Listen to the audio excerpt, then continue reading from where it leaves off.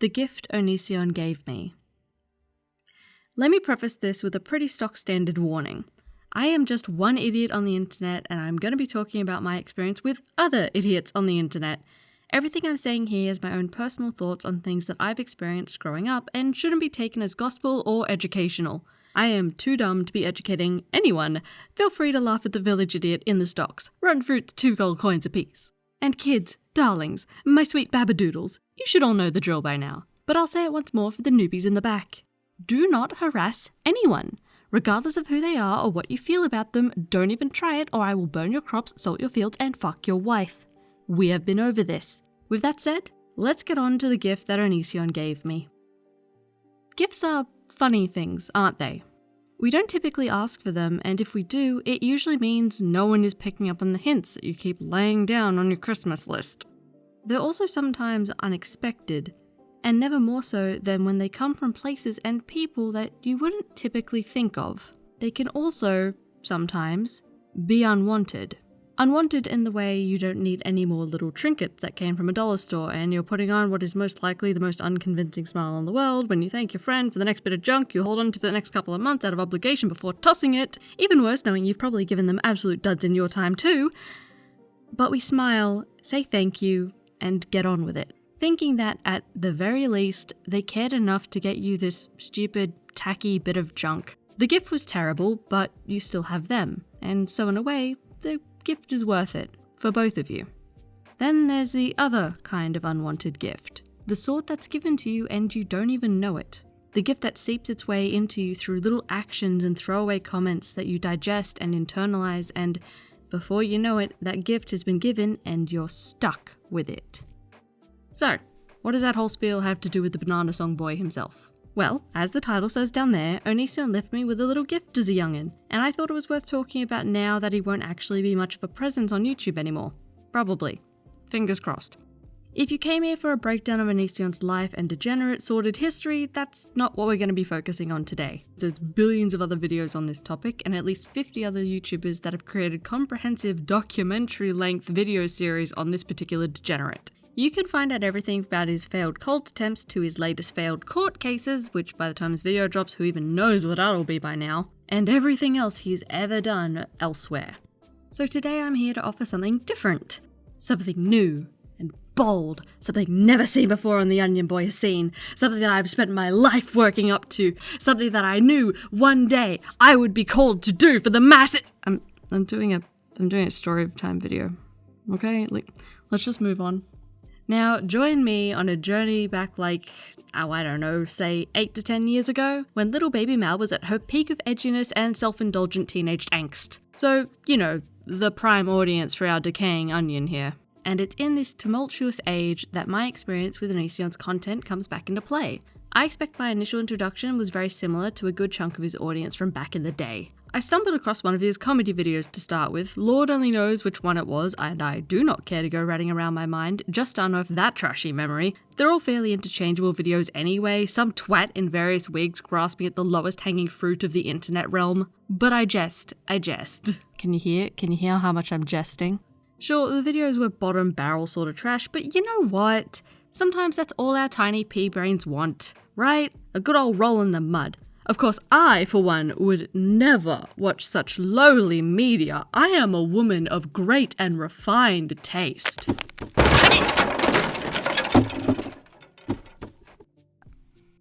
Okay, look, I don't come into your house and judge you for watching The Bachelor, Tiffany. And if I did, I'd still have the moral high ground. These are art. Anyway, what I'm saying is that despite what a detestable little slimeball Onision was, and by all accounts still is, his content did actually have its place. Not everything on YouTube needs to be high art or even passable a lot of the time. The kids just want to have a giggle at the edgy man doing the edgy things. Such were the days of YouTube cultures gone by. YouTube had a pretty distinctive teenage phase of its own, and Onision found his success during that surge of low-effort, lowbrow comedy content that most of us grew out of at the ripe old age of 16 or so. However, for some of us, for me, this entry-level comedy eventually led to more of, Onision. Specifically to Onision and his opinions. Uh-oh, bro. So there I was, a miserable little wretch at the impressionable age of 13-ish, watching this grown-ass adult act like one of her peers, but with authority. And that was a very dangerous thing. I am certainly not the first person to point out that Onision's relationship and interactions with his fanbase is acutely uncomfortable. Made up of mostly young girls in their teens, I fit right in at the time. And as is pretty common for teenagers, I was looking for ways to understand my identity and reconcile all that angst the young'uns tend to carry about. I was experiencing what the youths might call a bad time. And as teenagers tend to do, I was trying things on to express that. Your girl was one more ounce of confidence away from a poorly implemented goth phase is all I'm saying. I couldn't have pulled off the goth goddess look if my life depended on it. But what I mean to say is I was searching for something to express myself through and understand the world through. I was looking for meaning and community while being quite high off my own teenage type. Really, it was a very easy way to fall into, and bear with me on this, a conspiracy theorist cultist mindset. I swear this will make sense. Let me go over some of the basics behind conspiracy cults to you all real quick, just because it's very important to the story. Now, we don't have time to fully break down conspiracy theories and how they gain traction through religion, fear, distrust, and political gains, because just like the conspiracy rabbit holes themselves, the topic of people going down those rabbit holes is deep and dense, and we just don't have the time.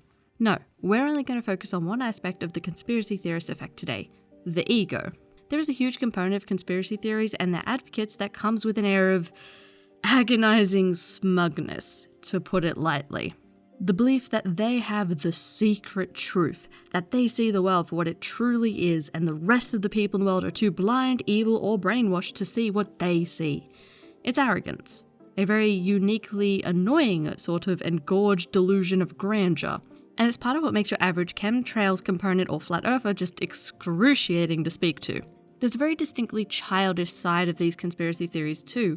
The world can be painfully mundane after we're raised on stories of heroism and villainy, of evil corporations and fanatical followers, of fantastical world-ending schemes and that special few that can stop them. And you get plugged into adulthood behind a desk and you're just some dope wandering around doing the same dreary day-to-day as everyone else. Conspiracy theorists desperately hope for more. It's part of the reason why they see the impossible in mundanity. So you take the ego of thinking you're somehow more enlightened than the next tick, and for some reason all those mind control chemicals that are just apparently being sprayed over us all the time just so happen to not work on you in particular for some reason. Then you pair it with a sense of disenfranchisement with how the world really is, and you get someone that might buy into a cult's promises that you're special, or tell some tall tale about why the government is secretly out to get you in particular. It's fun, in a way. The sort of make-believe that would be fine in a story but can be so horribly damaging when taken to its extreme in the real world. I'm hardly the best person to go into this in great depth and detail, so I'll just throw up some video recommendations that cover it better than I could. I highly recommend both of them for their comedic genius and big brain energy. Go watch them instead. Like right now. Like stop watching me. What are you still doing here? So what does any of this have to do with Onision?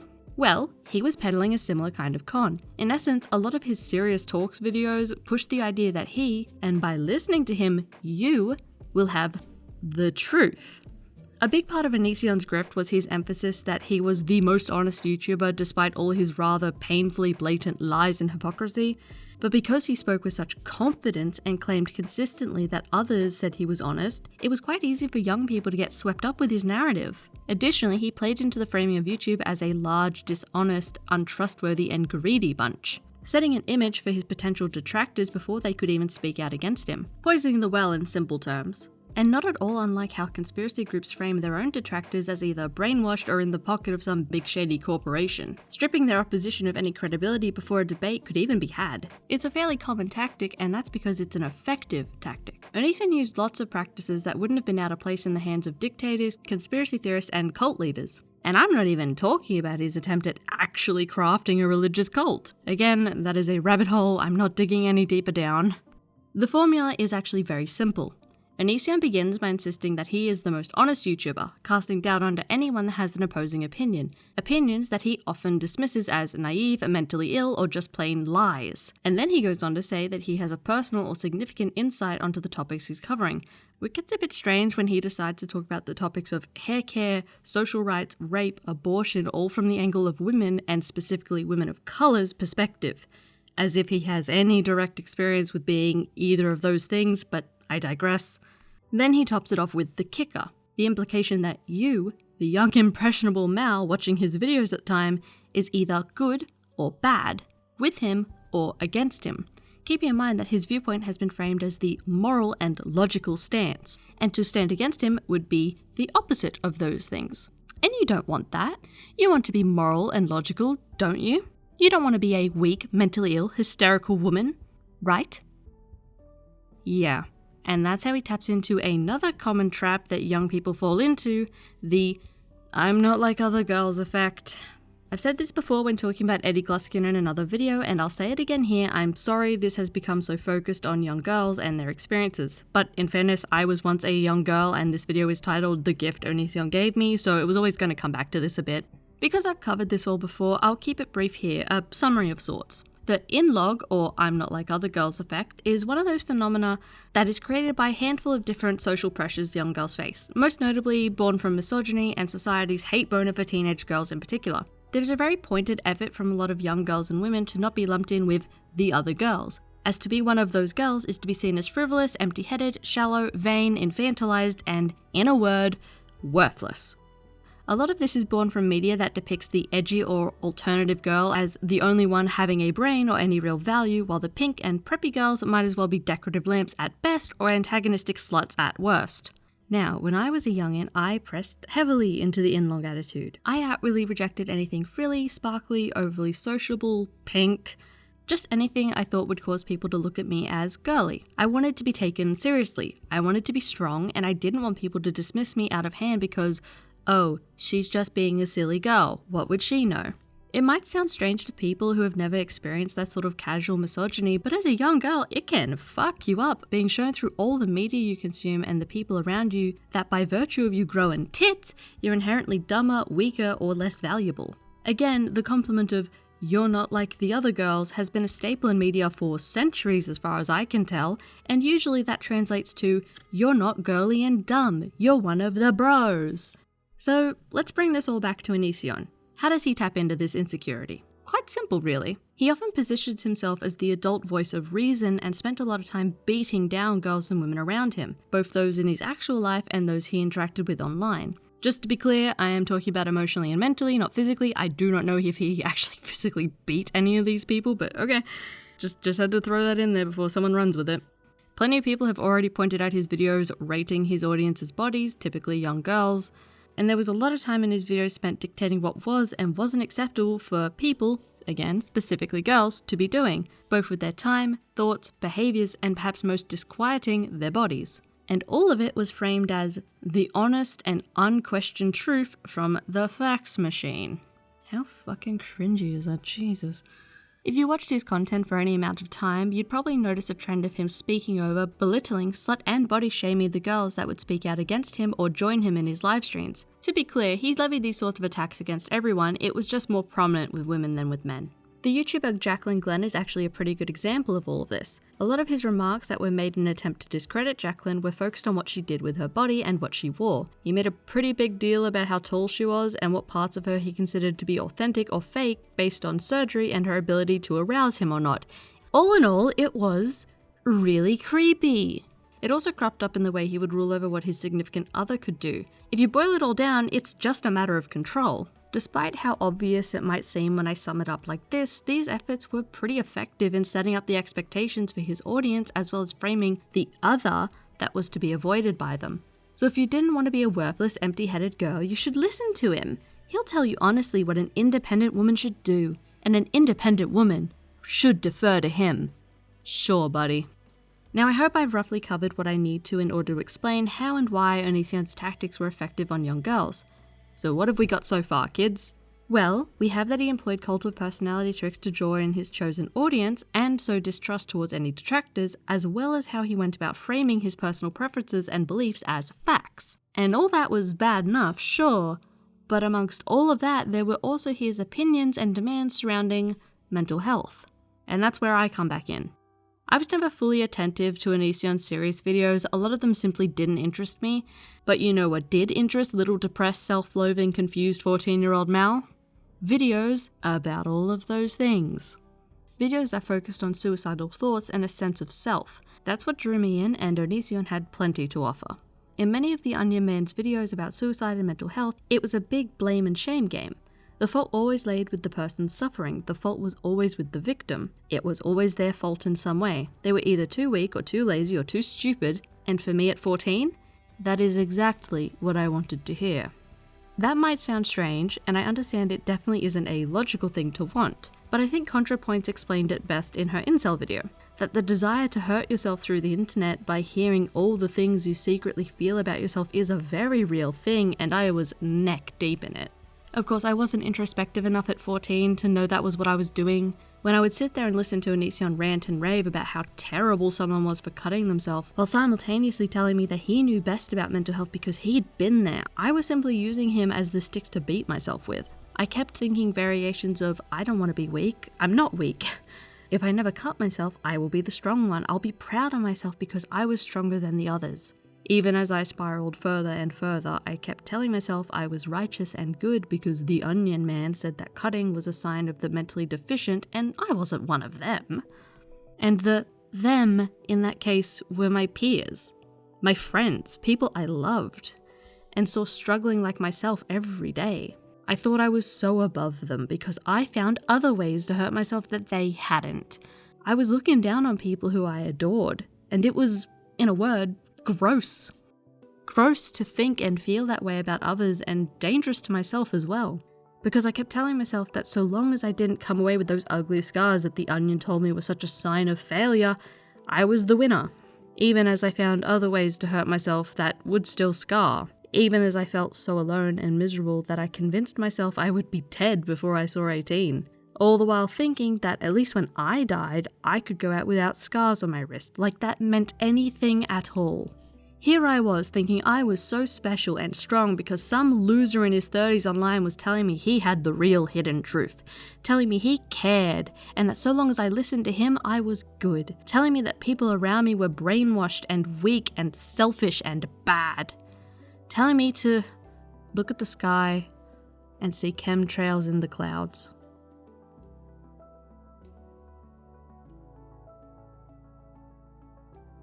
So, what happened? What saved me? What finally broke me clawing and screaming from the mindset I'd been gifted with? Well, it's not all that dramatic. It's actually pretty simple. Experience. Life. Growing up, and if you'll forgive the nauseating cliche, friendship. When I say friendship, I don't mean the magical pinky glitter shit kind. Quite the opposite. I have a friend. A few friends, actually, that struggle with many of the things we've spoken about today. And I love those little bastards. I love them, and I know they're not weak or manipulative or stupid. They're my friends, and they're fighting every single day. What sort of stuck-up wretch would I be to turn my nose up at them? To demean them and dismiss them in the same way the Onion's boy ideology did? I saw and continue to see my friends do their fucking best every day, and it sucks, but they do it anyway.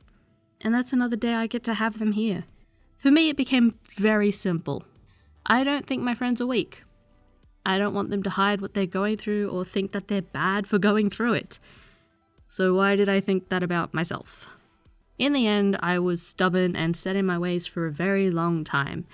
Even after I wised up to Onision being garbage, I still carried the gift he'd given me unconsciously for years. And it took a friend, one of those friends that had her own demons pestering her, to see it and do something about my dumb ass. I don't think she understands quite how impactful that was, even if I didn't appreciate it much at the time. I know it sounds like a cliche, but it rings true. Do unto others as you want done to yourself. It's a pretty common bit of advice, and I understand why. But I think it's also worth occasionally saying that you ought to treat yourself as you would treat someone that you love. If we all did that, well, I think we'd all be a lot kinder to ourselves. Damn what the Onion had to say about it. He's just one nasty voice. One that sounded a lot like the little voice in my head that said all the things I feared about myself. Better not to give them any more power, right? If there's anyone listening right now that was like me in high school, I hope maybe you can hear my voice instead of the nasty ones that feed into your insecurities. Hear my voice instead when I tell you that strength isn't stubbornly suffering. There's no glory in it, no pride or value. Suffering for the sake of some sort of expectation of praise or superiority only cripples you, and almost worse, it can make you hurt people you care about too. So, despite how sappy and shitty it sounds, let me tell you wholeheartedly that you're doing fucking great. You're here right now. You have to be able to listen to this. And that's absolutely fucking outstanding. Being here is hard sometimes. But you're doing it, and you look goddamn fabulous while you're doing it. And if you're struggling, or you don't like yourself right now, or you're nervous you might be perceived as weak, let me tell you there is nothing stronger in someone than the confidence to admit that and embrace yourself. At the end of the day, I'm just happy that you're still here. You're still with us. No matter what form that might take for you at the end of the day.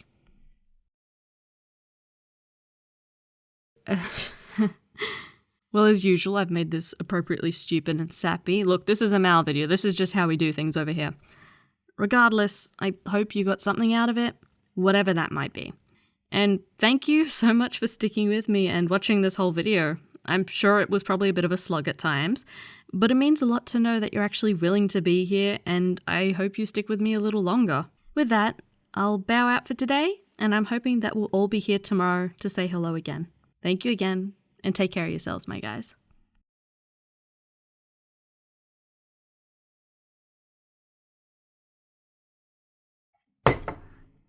So, still here. Yeah, this feels a little awkward after all that, but I have some fan art I wanted to share, so I'll share that while I make this little announcement. So I set up a Patreon a while ago. I didn't announce it anywhere because I was in the middle of failing my honours degree, moving house, starting a new job, study, blah, blah, blah. So I didn't really feel comfortable publicly saying anything about it before I felt I could actually make the content to justify having it. But here we are. Content. Not sure it's good enough to justify it, but it's content. Anyway, I'll leave a link to the Patreon below along with the usual socials and links to any videos I referenced here or that I think are worth checking out. I'll also be adding some mental health hotlines. If there's any others people can think to add, please let me know. I understand there's a lot of health hotlines dependent on your location, so I don't want to miss any good ones, so definitely let me know and I'll keep that updated as time goes on. And alright, for real this time, I'm out. Take care of yourselves.